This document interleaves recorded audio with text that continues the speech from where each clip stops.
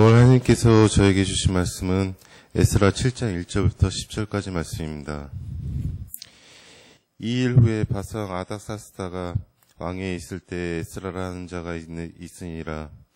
그는 스라의 아들이요 아사라의 손자요 hil기야의 증손이요 살름의 현손이요 사독의 5대손이요 아히두의 6대손이요 아마라의 7대손이요 아사라의 8대손이요 무라윳의 9대손이요 스라히야의 10대손이요 우시엘의 11대손이요 붓기의 12대손이요 아비수아의 13대손이요 비느하스의 14대손이요 엘르아살의 15대손이요 대제사장 아론의 16대손이라.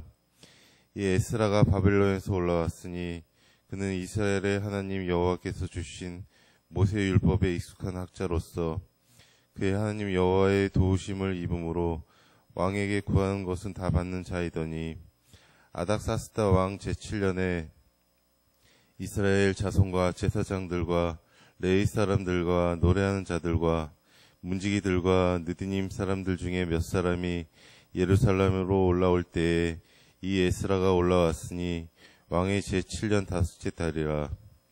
첫째 달 초하루에 바벨론에서 길을 떠났고 하나님의 선한 손의 도우심을 입어 다섯째 달 초하루에 예루살렘에 이르니라. 에스라가 여호와의 율법을 연구하여 준행하며 율례와 규례를 이스라엘에게 가르치기로 결심하였었더라. 아멘.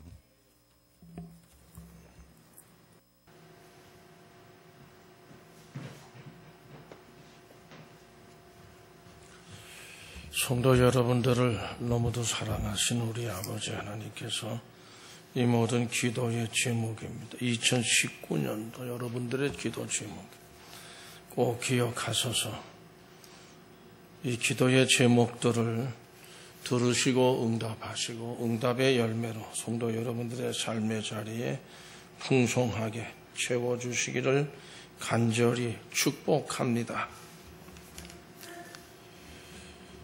금년에는 아예 아멘 소리는 안 하기로 작정들 하셨나?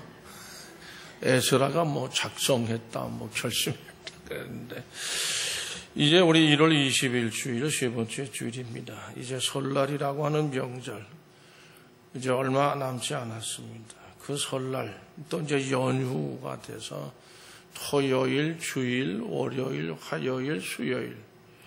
제가 생각해 보니까 한 주간 다 노는 것 같아요. 다 쉬는 것 같아요. 어쨌든 그런 연휴로 인해서 많은 사람들이 고향길을 위해서 들뜬 마음으로 준비를 하지 않을까 생각하고, 한편으로는 이 설날 연휴로 인해서 해외나 국내에 또 어디 여행을 준비하는 분들도 있을 것이라고 생각하고, 저 같으면 어디 가려고 준비를 할까요? 저는 산에 산 얘기를 하도 많이 해요. 그렇습니다. 자꾸 찾아봅니다. 지리산, 설악산. 처음에는 보니까는 별로 얼마 전에는 이 산에 이제 아마 이게 눈이 많이 와서 그랬는지 어떻게든지 몰라도 그게 통행이 어려운 걸로 이렇게 했는데 요즘은 다 열렸어요. 설악산, 지리산. 가고자 원하시는 분들은 들어가 보세요. 사이트에 국립공원. 다 열려 있어요. 설악산, 전부 다. 웬만한 산은 다들, 치악산도 그렇고, 덕유산도 그렇고, 전부 다 열렸더라고요. 그래서, 이제, 산에 가는 거는 선택만 하면 되겠구나. 이제 이런 생각도 한번 해봅니다. 어쨌든, 설날 연휴 쉰다라고 하는 모든 일을 다 놓고, 우리에게 기쁨을 주고 있다. 이런 생각합니다. 주님께서 우리와 함께 하시는 은혜를 설날 연휴 기간에도 교회와 가정과 사업과 직장을 돌보시며 새 힘을 주시기를 간절히 축복합니다.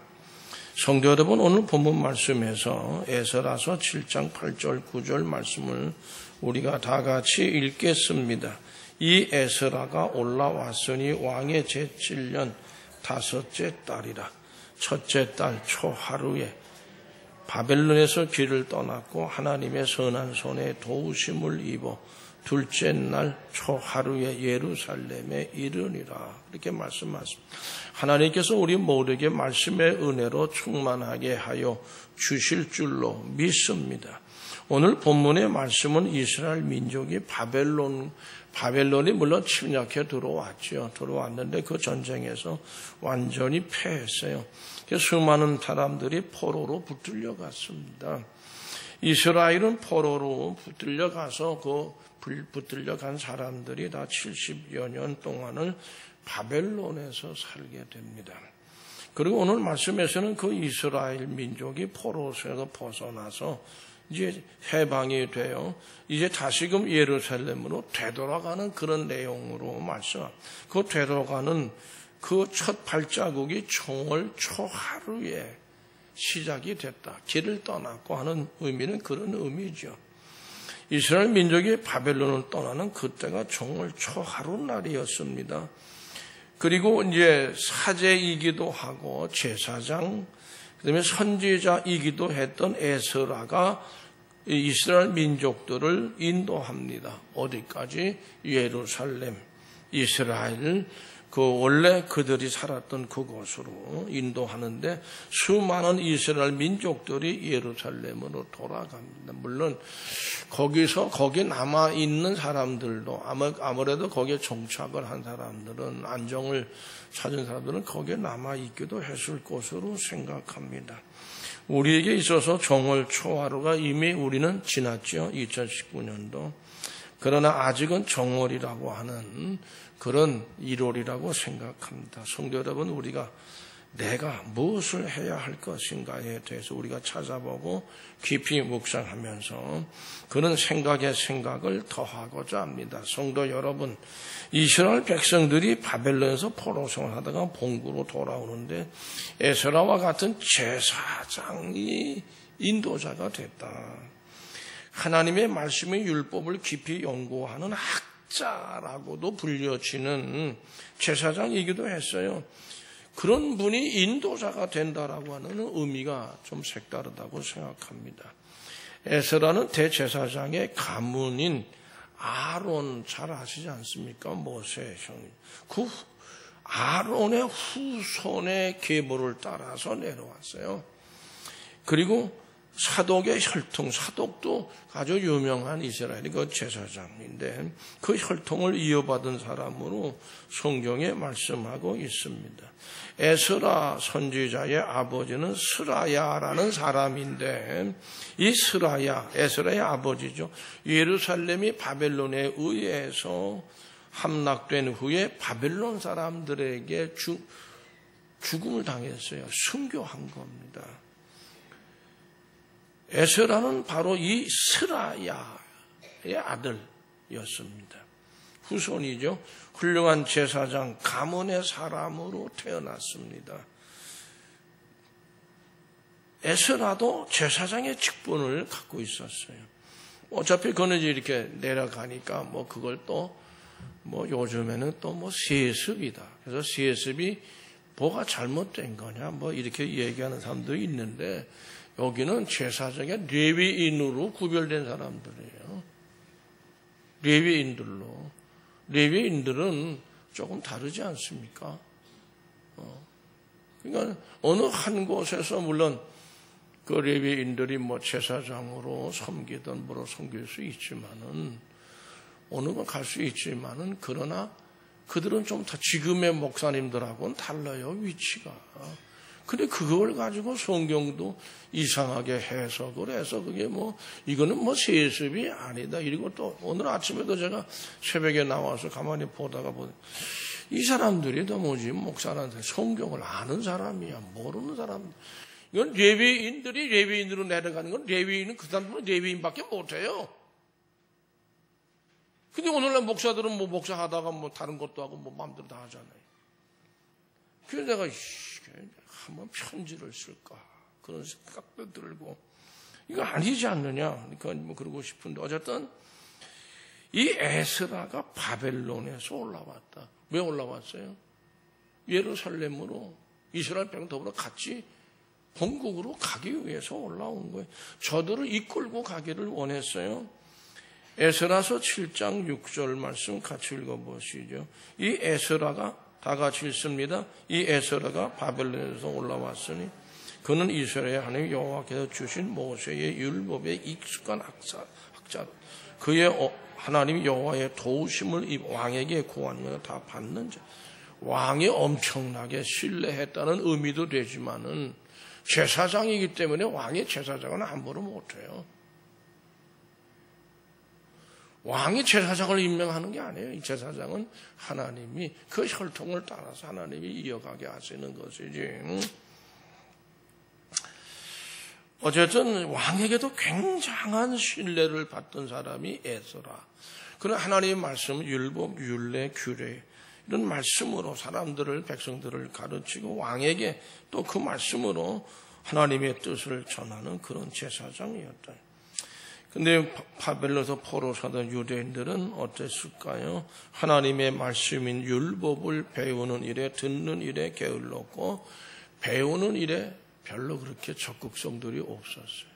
성도 여러분, 하나님 말씀을 배우고 연구하고 읽고 묵상하는데 부지런해야 합니다. 하나님 말씀을 많이 알면 알수록 신앙생활 잘할 수 있습니다. 잘할 수 있다고 하는 표현은 하나님께서 놀라운 복으로 그 말씀을 따라서 함께 하신다는 뜻이죠. 에스라는 이러한 잘 배우려고도 하지 않지, 율법을 배우네 게을렀지, 자꾸 들으려고도 안 하지. 이게 본국에서부터 그랬던 사람들이 염려한 거죠. 그래서 유대인들이 하나님 말씀을 연구하고 공부하는 열심을 가지도록 노력을 했어요. 이제 노력을 해야 되겠다 다 다짐하는 사람이 에스라 학사, 율법의 아주 전문가 에스라였어요. 에스라는 후에 예루살렘으로 돌아와서 모든 율법의 말씀을 모았어요. 수집했어요. 정리했고 집대성하는 일을 이게는 뭐냐면은 에스라 이전에는 창세기는 창세기대로 그 창세기도 어느 부분은 또 어느 부분은 사람 손에 쥐어지기도 하고 어느 부분은 또 없기도 하고 뭐 이렇게 출애굽기고 이게 다 뿔뿔이 이렇게 흩어져 있었어요. 이거를 전부 모았어요.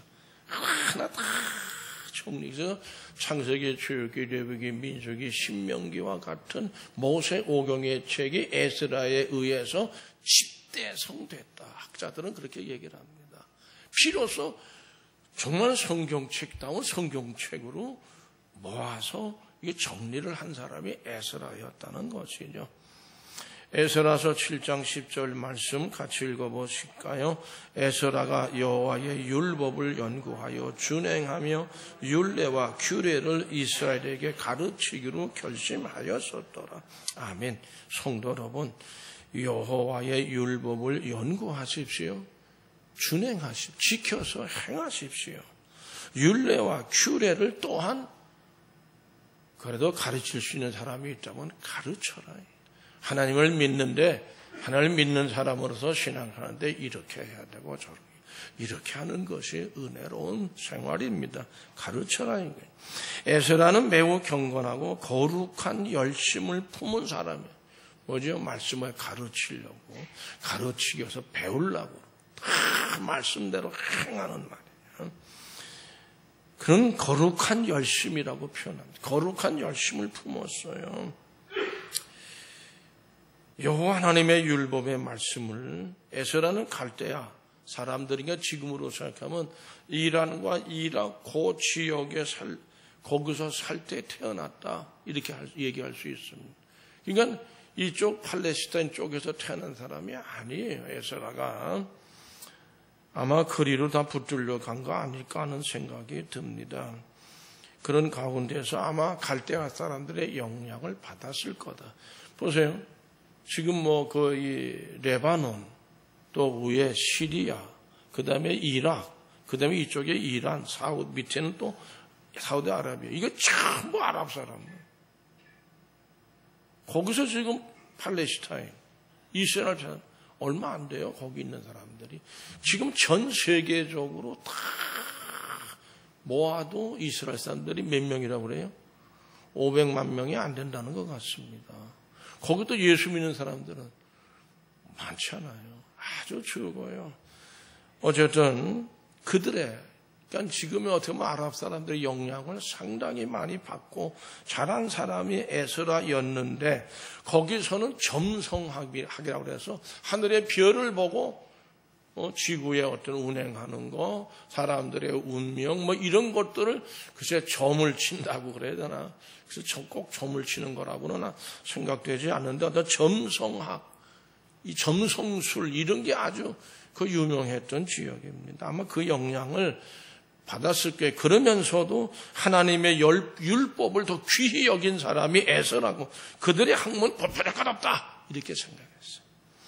그래서 그는 여호와의 율법을 아주 열심을 다해서 연구했다는 게 뭐 학문적으로 연구했다기보다는 하나님의 말씀의 뜻을 깨닫기 위해서 참 열심을 다했다 그런 의미입니다. 하나님의 지식과 마음과 뜻을 찾는 것을 자기 일생에 해야 될 일로 삼은 거예요. 그는 또 그 율법을 따라서 행하기로 나는 오직 이 말씀을 따라서만 살겠다. 다시 결단한 거예요. 그 말씀을 자기 생활, 모든 율례와 규례로 이건 어떻게 보면 규칙으로, 삶의 규칙으로 살아. 그것으로 자신의 감정과 기질을 조절하고 모든 교제도 거기에 맞추고 이끌어 나가. 그러니까 여러분들도 몇 번 여러 번 말씀드렸습니다만은 한번 주일날 돈 한 푼 나 오늘 안 쓰겠다 결심하고 한번 그렇게 해보세요. 돼요. 그리고 그러다 보면 이게 이런 뜻이구나 깨닫게 됩니다. 이게 신앙생활 이렇게 하면 좋겠다. 하루를 구별하는 거예요. 하나님의 시간으로, 하나님의 날로. 한번 해보세요. 은혜가 돼요. 참 은혜가 됩니다. 어쨌든 그런 가운데서 이스라엘 백성들이 에스라를 지도자로 세워가지고 그 인도를 받아서 바벨론을 떠났는데 그날이 바로 정월 초하루였다. 거예요. 성도 여러분, 그들이 떠난 바벨론 어떤 곳이었습니까? 물론 이방 나라였죠. 이방 종교가 뒤범벅이 된 그런 나라예요. 그러나 이스라엘 백성들에게 있어서 바벨론은 그들의 모든 국가적으로나 모든 면에 있어서 어떻게 보면 실패의 자리, 그리고 끌려간 거예요. 전부 다 실패했기 때문에 신앙생활에 실패했습니다. 이 사람들이 하나님 믿는데 실패한 사람들이에요.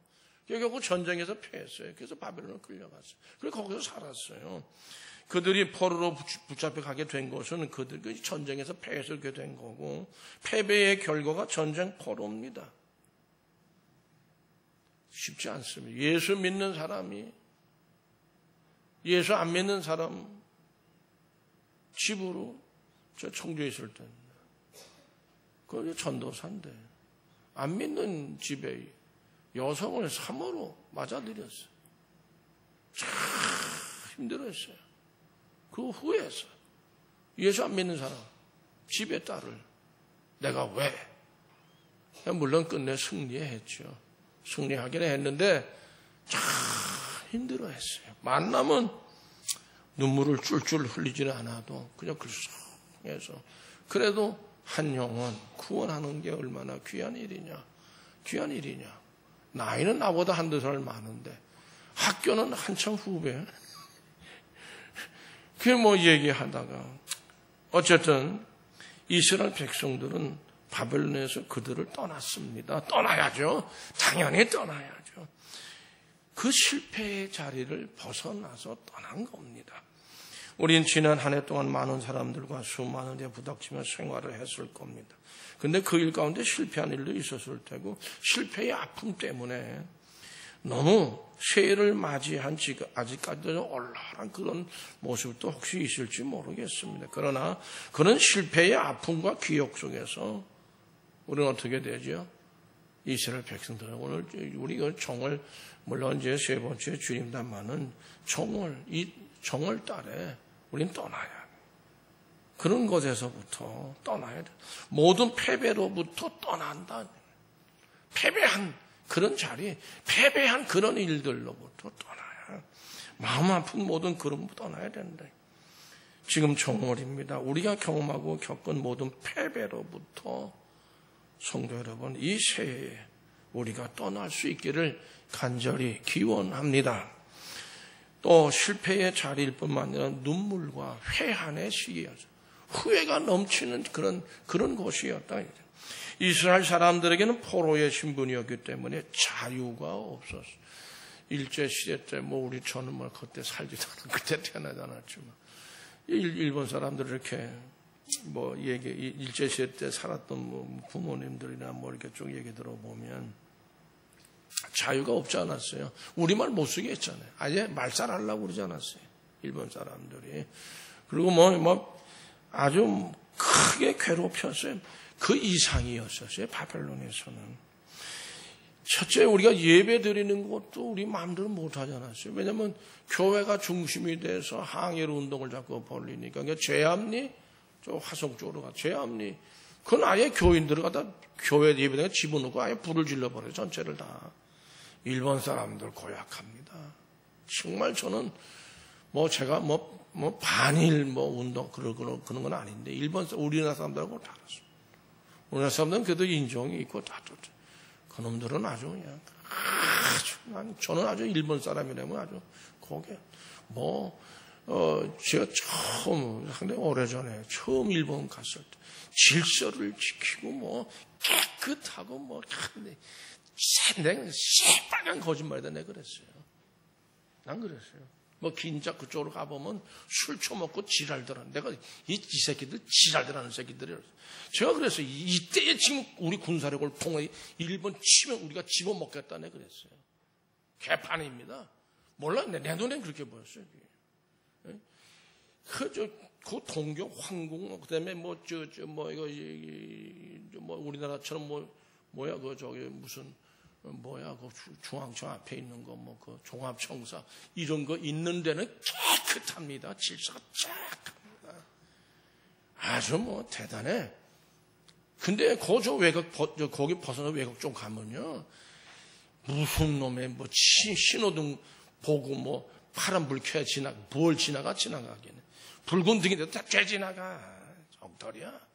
네 꿈과 거기 가가지고 올라가는데 내가 여러 번 내가 얘기했어요. 이게 택시가 못 올라가. 이게 꽉 저기 돼가지고. 그래가지고 이쪽은 내려오는 길이니까 통통 비었잖아요. 일본 돈 10,000원, 1,000원. 기사 딱 줬어요. 내가 시험해 본 거야. 그래서 이렇게 올라가자 했더니 알아들었어 내 말을. 나는 일본말 잘 모르. 그러더니 하이 하더니 싹 뺐더니 샥 올라가. 그래서 속으로 이 죽일 놈의 새끼들아. 너희들이 무슨 질서를 지키고 뭐를 정직하고 웃기고 있네. 아유 말도 못해요. 정말 말도. 그 다음에 그 뒷골목 가보면 지저분한 것 엄청 많아 거기는. 그래서 내가 이런 거 보고 일본을 우상화해. 정치인이 말이죠. 나는 그거 말도 안 돼. 요즘도 우리는 그런 거에 불만이 많아. 이게 뭐냐 이게. 성도 여러분, 거기는요, 250만 귀신을 섬기는 나라고 그런 민족이에요. 250만 개 귀신을 섬겨, 거기는. 말도 못해. 어쨌든, 성도 여러분, 우리가 모든 패배로부터 떠나야 됩니다. 우리가 경험하고 겪은 모든 패배, 이 새해에 우리는 떠날 수 있기를 간절히 기원합니다. 성도 여러분, 거기서 제일 이스라엘 사람들이 고통스러운 게 결국 속죄제사, 속건제사, 하나님의 제사들, 번제, 이런 걸 종교 행위를 전혀 못하게 하니까 이게 제일 힘들었던 거예요. 너무 우리 수염은 뭐죠? 예배를 못 드리게 하는 거죠. 우리 기독교인들을 보면 하나님께 제사를 드리고 말씀을 들을 때 그것이 싫기만 했던 사람들이에요. 말씀을 떠나 살았고 하나님의 뜻을 저버리기를 밥 먹듯이 했던 사람. 자기는 지 생각대로 왔다 갔다 해버리니까 그냥. 그런 과거가 후회스럽게만 와서 고통을 당해보니까 그게 얼마나 큰 은혜인지를 깨달은 거죠. 번제 제사를 드리며 얼마나 귀한 것인지를 예배 드리는 것이 얼마나 귀한 것인지 깨닫게 됐던 것이죠. 말씀 묵상 더 열심히 하고 번제 제사 헌신에 더 열심히 하고 정말 말씀에 더 충실하고 그랬어야 했는데 후회가 막 밀려오는 거죠. 그들은 바벨론에서 그 포로 시기 후기에는 조금 나아졌어요. 처음 초기하고 중간까지는 너무 힘들었는데 좀 자유스러워지긴 했지만은 그렇지 그것으로 온전한 자유를 준 것도 아니에요. 아주 노예와 같이 억압당하는 생활을 많이 했어요. 그러니 눈물과 후회가 범벅이 될 수밖에 없지요. 진실로 바벨론에서의 포로 시기는 후회와 통한의 시기였습니다. 그런데 성도 여러분, 그곳 바벨론을 이제 떠나는 거예요. 눈물과 후회의 자리를 떠나는 거죠. 성도 여러분, 눈물과 후회의 자리는 떠나야 됩니다. 정월 초하루에 떠났다고 그랬어요. 성도 우리도 떠나야 합니다. 눈물이 넘치도록 슬픔의 자리, 그곳을 떠나야 합니다. 우리에게도 때론 눈물 나게 하고 후회하게 하는 일들이 많이 있습니다. 아마도 이 한 해에는 그런 일들이 또 뭐 있을지 없을지 모르겠지만 없다고 단언할 수 없잖아요. 우리 개개인에게도 그렇습니다. 새해에도 그런 일이 반복적으로 있을 수 있다고 생각합니다. 그러나 그런 자리를, 그런 일들을 떠나야 합니다. 이스라엘 백성들이 바벨론을 떠난 것, 우리도 떠나야 돼요. 그곳은 어둠이 지배하던 때였습니다.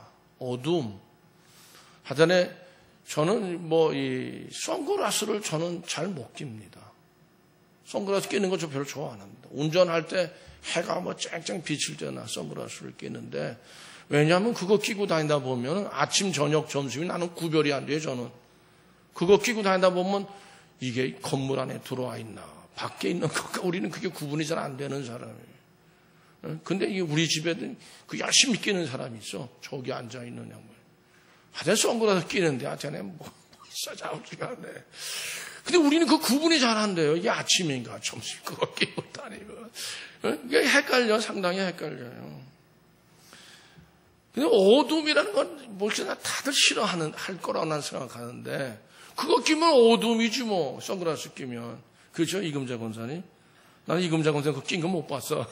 그래서 물어. 근데 하여튼 바벨론에서 어둠, 암흑시기였었습니다. 그들은 그들의 말도 다 이 히브리어를 쓰지 못하게 하니까 우리 말도 그랬죠. 일제시대 때 정치, 경제, 종교, 문화 등 모든 철저하게 이스라엘적인 거, 우리 한국적인 거 다 못하게. 그건 지배하는 나라가 당연한 일이라고 생각하면서도 좀 안타까운 일이지요. 사람들은 누구라도 모두가 다 어둠을 싫어합니다. 칙칙하고 끈끈한 것들 좋아합니까? 아주 싫어. 저도 아주 싫어. 그러나 그런 때를 자기들 마음대로 벗어날 수가 없잖아요.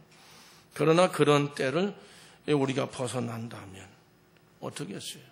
그러한 시기에 그런 곳에서 희망, 빛 찾을 수 없죠. 답답하고 기쁨이 암울한 그런 곳이에요. 이스라엘 포로들에게 있어서 암울하고도 어둠의 시기가 꽤 길었어요. 아까 말씀드린 70년이 넘었어요. 우리는 36년간 지배를 당했지만 저들은 절망에 빠져들듯이 그 기간이 너무 길었어요. 70년이니까 세대가 두 번 바뀌어. 할아버지 때 와서 아들, 손주 때까지 갔단 말이에요. 한숨과 탐식이 넘쳐 흘렀고 어디에도 희망적인 발견할 수가 없었어요. 바벨론의 포로 생활은 정말 그들에게 지긋지긋한 시기였습니다. 그런데 그러한 바벨론을 그들은 떠났습니다. 정월 초하루에 떠났어요. 거기서 자리 잡은 사람들도 있었어요. 거기서 먹고 살만하고 부자가 된 사람, 출세한 사람들도 있었어요. 누구죠? 대표적으로 다니엘, 사드락, 메삭, 아벳노고. 출세했어, 그 사람들은. 모르겠어요. 그 사람들이 돌아왔는지는 모르겠지만 아마 그 땅에서 죽었을 겁니다. 어쨌든 그런 가운데서 수많은 이스라엘 백성들이 에스라의 인도를 따라서, 물론 이제 스룹바벨에 몇몇 지도자가 또 있긴 했지만은 결국 그 모든 거 어두움을 벗어 던지고 떠난 거예요. 그것도 그의 어디를 예루살렘을 향해서 떠났어요. 이젠 어둠이 지배하는 것이 아니에요. 내일을 향해서 나가는 겁니다. 성도 여러분, 우리를 암울하게 만들었던 그 어둠의 때, 어둠의 일들, 우리들에게도 아마 크고 작은 규모의 그런 모습은 있었다 하더라도 있었을 겁니다. 자신에게 교회, 가정에, 사업이나 직장에도 있었습니다. 그러나 이제는 정월입니다. 2019년입니다. 그 과거를 벗어버려 이 새해 정월에 떠나야 합니다. 그런데 성도 여러분, 이들이 바벨론을 떠나 어디로 향했어요? 예루살렘이라고 그랬어요.